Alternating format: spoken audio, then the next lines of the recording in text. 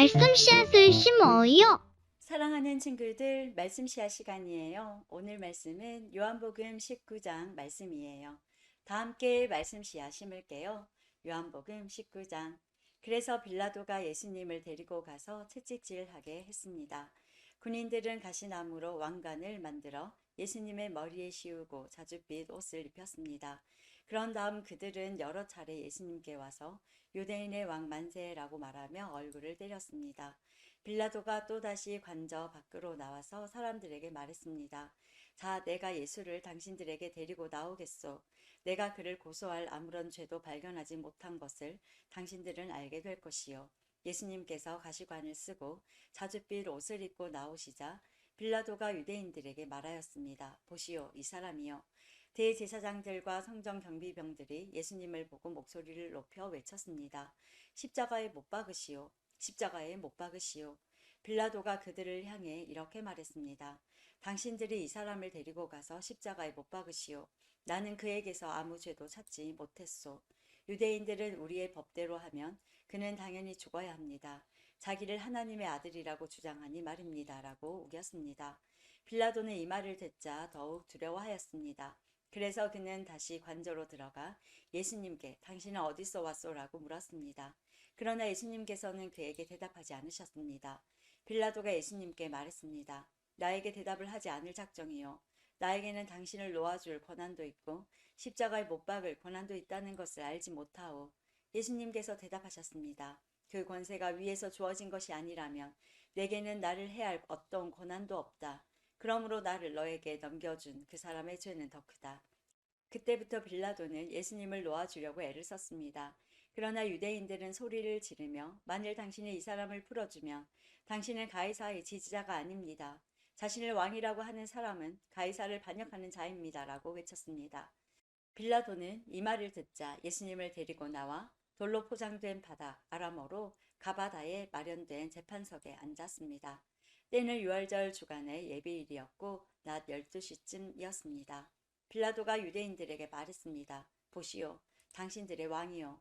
그 사람들은 소리를 질렀습니다. 없애버려라, 없애버려라.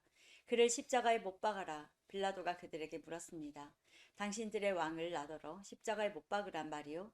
대제사장들이 대답하였습니다. 우리에게 가이사 외에는 왕이 없소. 그래서 빌라도는 예수님을 십자가에 못 박도록 그들에게 넘겨주었습니다. 군인들이 예수님을 데리고 갔습니다. 예수님께서 자신이 매달릴 십자가를 직접 지고 헤고레터 아람어로 골고다라는 곳으로 가셨습니다. 그곳에서 사람들은 예수님을 십자가에 못 박았습니다. 또한 예수님과 함께 다른 두 사람도 예수님을 가운데 두고 양편에 한 사람씩 십자가에 못 박혔습니다. 빌라도는 명패를 써서 십자가 위에 붙였습니다. 거기에는 유대인의 왕 나사렛 예수라고 쓰여 있었습니다. 많은 유대인들이 그 명패를 읽을 수 있었던 것은 예수님께서 죽으신 곳이 예루살렘 성에서 가깝고 그 명패는 아람어, 라틴어, 그리스어로 씌어 있었기 때문입니다. 유대인의 대제사장들이 빌라도에게 유대인의 왕이라 쓰지 말고 나는 유대인의 왕이다 라고 쓰십시오 하면서 억지를 부렸습니다. 빌라도는 나는 내가 쓸 것을 썼을 뿐이다 라고 대답했습니다.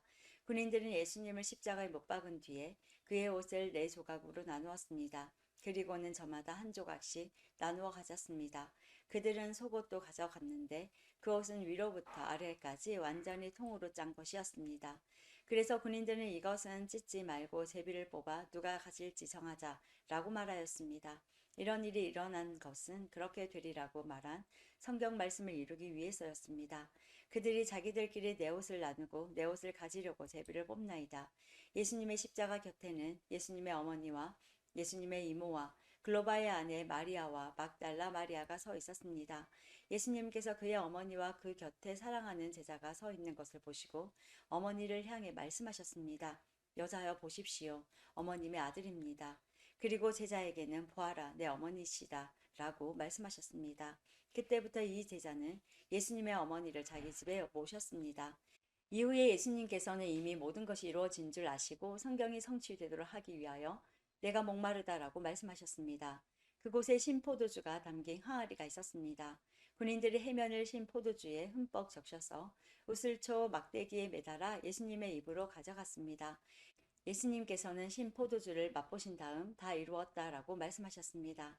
이 말씀을 하신 후 고개를 아래로 떨구시고 운명하셨습니다. 이날은 예비일이었고 다음 날은 안식일이었습니다. 유대인들은 안식일에 시신을 십자가에 그대로 두고 싶지 않았습니다.